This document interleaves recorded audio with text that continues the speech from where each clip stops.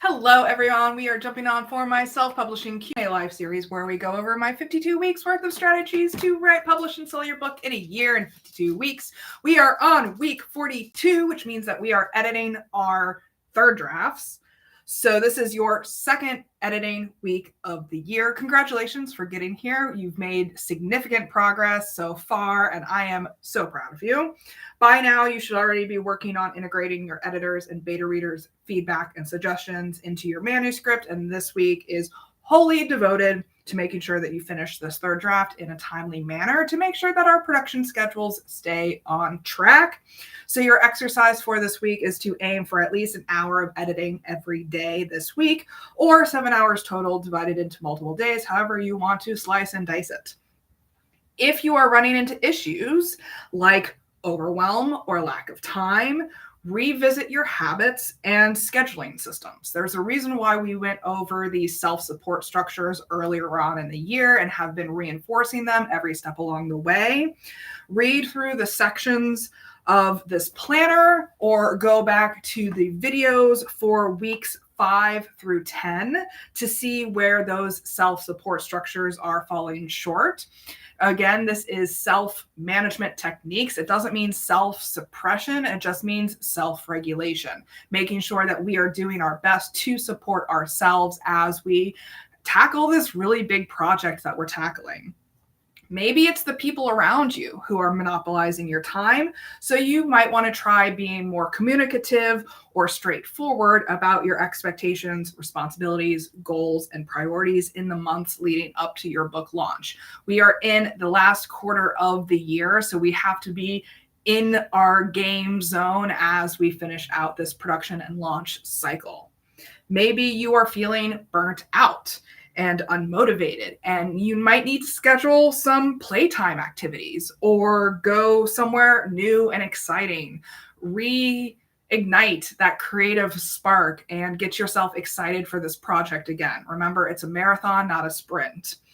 Maybe you've been losing sleep or neglecting your health. It is flu season, so maybe you've been hit with various viruses, colds, so on and so forth, and you need to restore and refresh your physical capabilities.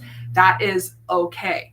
Go take care of yourself so that you can perform better in this project, in your life, in your work, whatever you have on your plate right now. Maybe it's time in, downtime, focus time, those cognitive needs of the Healthy Mind Platter that have fallen to the wayside for you, and your cognitive needs are craving attention.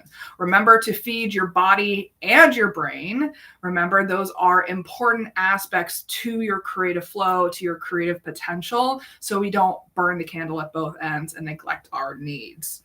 And maybe you just need to simply reorganize your time blocks in your calendar to make room for yourself, make room for this project.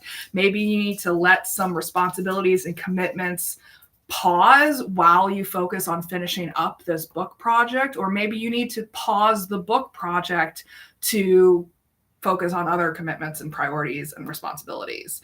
That's not a failing on your part. It's just being honest with yourself about your capabilities and your capacities and the responsibilities that you've owned and taken on for yourself. The point is to be strategic and intentional with how you prioritize your time and energy in the coming weeks. You don't want your launch to be a flop because your spouse decided that this was the month to renovate your kitchen. You know, all of these different issues may be popping up for you, whether it's personal, whether it's professional, whether it's spiritual, mental, physical, emotional, and so you need to face the facts of reality and make a strategic plan forward. You are not failing because you need to readjust the strategy, readjust your time, readjust your priorities. Your critics, your saboteurs, your doubters, both internal and external, will be louder and harder to ignore the closer you get to launch. Do not let them sidetrack you. You are a pattern breaker simply because you have the goal of self-publishing a book. Not many people are here. Not many people get to this point. We are part of a fraction of the 1% of people who actually get this far. And it is all too easy to get pulled back into your old habits and beliefs, including the old habits and beliefs of the people around you as well. You are breaking patterns here. You are trying something new. You are trying something innovative, novel. Wordplay there. Change can be scary, and comfort zones seem mighty appealing when we're hanging out on a limb. These forces can be so inconspicuous and insidious that you may not even realize that they're influencing you until you find yourself mired in doubt, frustration, and disappointment. So just try to stay focused, follow through, readjust your strategy, readjust your priorities, maybe firm up some boundaries, both with yourself and the people around you. If you are running into challenges left and right, it might even be a sign that you're on the verge of enormous growth. We have to pass tests in order to graduate, right? So why wouldn't there be past tests to surpass as we graduate into authorship? There's this common thing when you are raising children with babies and toddlers, they always get the most fussy, the most combative right before a growth spurt. So this is a natural cycle that we continually grow through as human beings. There will be tests that pop up that you need to surpass in order to get to the next level, in order to level up, right?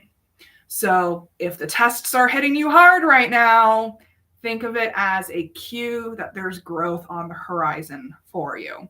I know that in my life right now, I'm getting tested left and right as well, but I've learned to view those challenges as a sign that something is happening. Something big is coming down the road. Next week, we're going to move into week 43, which is going to be another self-check-in week. So that's going to be the week where we analyze and get all of those insights from what happens this week with the editing. Just focus on editing as much as possible this week, and then we'll review how it went and what we can do to be better going forward next week. So stay tuned for that. In the meantime, please do hit me up if you have any questions. That's what I'm here for. I'm rooting for you, and I believe that you can achieve great things. Take care, guys.